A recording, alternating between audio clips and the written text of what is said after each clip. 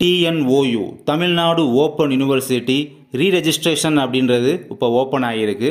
முதல்ல ரீரெஜிஸ்ட்ரேஷன் அப்படின்னா என்னென்னா, அடுத்த இயருக்கான அடுத்த செமஸ்டருக்கான அந்த ஃபீஸை வந்து பே பண்ணுறது தான் ரீரெஜிஸ்ட்ரேஷன் அப்படின்னு மென்ஷன் பண்ணுவாங்க டிஎன்ஓயூவில். இப்போ அடுத்த இயர் அடுத்த செமஸ்டருக்கான நீங்கள் ஃபீஸை வந்து பே பண்ணணும். அது எப்படி வந்து நீங்கள் பே பண்ணுறது அப்படின்றத இந்த வீடியோவில் பார்க்குறோம். நீங்கள் கூகுளில் போய்ட்டு சாதாரணமாக டிஎன்ஓயு போர்ட்டல் சர்ச் பண்ணாலே ஃபஸ்ட்டு இதாக வந்து நம்ம வெப்சைட் வந்து அஃபிஷியல் வெப்சைட் வந்து இருக்கும். ஸோ அதை வந்து நீங்கள் கிளிக் பண்ணிக்கோங்க. கிளிக் பண்ணதுக்கப்புறம் பார்த்தீங்கன்னா உங்களுடைய என்ரோல்மெண்ட் நம்பர் பாஸ்வேர்ட் கேட்கும். நான் பார்த்தீங்கன்னா சேவ் பண்ணியே வச்சுருக்கேன் ஒருத்தருடைய பாஸ்வேர்டை. ஸோ அதை வந்து சப்மிட் பண்ணதுக்கப்புறம் இந்த மாதிரி பேஜ் போகுது பார்த்தீங்களா. இதில் லெஃப்ட் சைடில் எப்போயுமே ஹோம் பேஜில் தான் இருக்கும். இந்த ஹோம்ன்ற டேப்பில் ஹோம் பேஜில் தான் இருக்கும். இதில் பார்த்தீங்கன்னா நமக்கு வந்து அந்த ரீரெஜிஸ்ட்ரேஷன் அப்படின்ற ஒரு ஆப்ஷன் எங்கே இருக்குன்னு பார்த்தீங்கன்னா, மேலேருந்து பாருங்கள் 8வது ஆப்ஷனாக இருக்குது பார்த்தீங்கன்னா. மேலேருந்து கீழே பார்த்தீங்கன்னா 8வது ஆப்ஷனாக இருக்குது. அதை நான் கிளிக் பண்ணுறேன். ஸோ கிளிக் பண்ணதுக்கப்புறம் அந்த பர்சனுடைய ரீரெஜிஸ்ட்ரேஷன் ஃபார்ம் அப்படின்றது ஓப்பன் ஆகுது. அவங்களுடைய ஸ்டூடெண்ட் பர்டிகுலர் டீட்டெயில்ஸ்லாம் எல்லாமே இருக்கும்.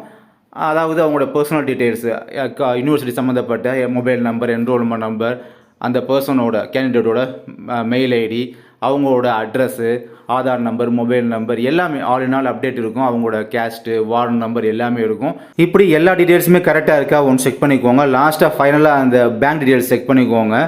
அந்த பேங்க் டீட்டெயில்ஸ் வந்து கரெக்டாக இருக்கா அப்படின்றத செக் பண்ணிவிட்டு அது உங்களுடைய பேங்க் டீட்டெயில்ஸ் தானே அப்படின்றத ஒன்ஸ் வந்து வெரிஃபை பண்ணிக்கோங்க. ஏன்னா உங்களுக்கு ஐஎஃப்எஸ்சி கோடு, அக்கௌண்ட் நம்பர் எல்லாமே கரெக்டாக இருக்கா ஒன்று செக் பண்ணிக்கோங்க. செக் பண்ணிக்கிட்டு இப்போ டியூஷன் ஃபீஸ் மென்ஷன் பண்ணியிருப்பாங்க. இது இப்போ பே பண்ண போகிற பார்த்தீங்கன்னா ஒருத்தருடைய third year fees, tuition fees, processing fees 300, ICT facility charges பார்த்தீங்கன்னா தேர்ட் இயருக்கு 300 மென்ஷன் பண்ணி டோட்டலாக 2475. இதில் வந்து சேவ் அண்ட் ப்ரிவியூ இருக்குது பார்த்தீங்களா, ஒரு ப்ளூ கலர் டேப், அதை கிளிக் பண்ணணும்.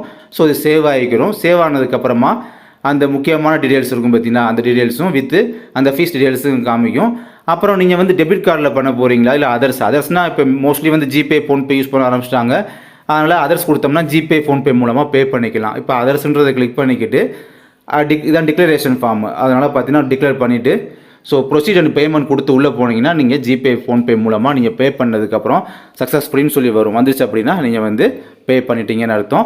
அண்ட் அதுக்கப்புறமா திரும்ப லாக் அவுட் பண்ணிவிட்டு வெளியில் வந்துட்டு திரும்ப ரிஃப்ரெஷ் பண்ணிவிட்டு மொபைலை ரிஃப்ரெஷ் பண்ணிவிட்டு அகைன் நீங்கள் வந்து இது மாதிரி டிஎன்ஓயு அஃபிஷியல் வெப்சைட்டில் போய் லாகின் பண்ணி பார்த்தீங்கன்னா இது மாதிரி நீங்கள் ஃபீஸ் வந்து பே பண்ணியிருக்கீங்க அப்படின்ற அந்த கான்செப்ட்டும் பார்த்தீங்கன்னா காமிக்கும். ஸோ அது மூலமாக நம்ம வந்து வெரிஃபை பண்ணிக்கலாம். ஸோ இப்படி தான் பார்த்தீங்கன்னா ரீரெஜிஸ்ட்ரேஷன் அப்படின்றத நீங்கள் பண்ணிக்கணும்.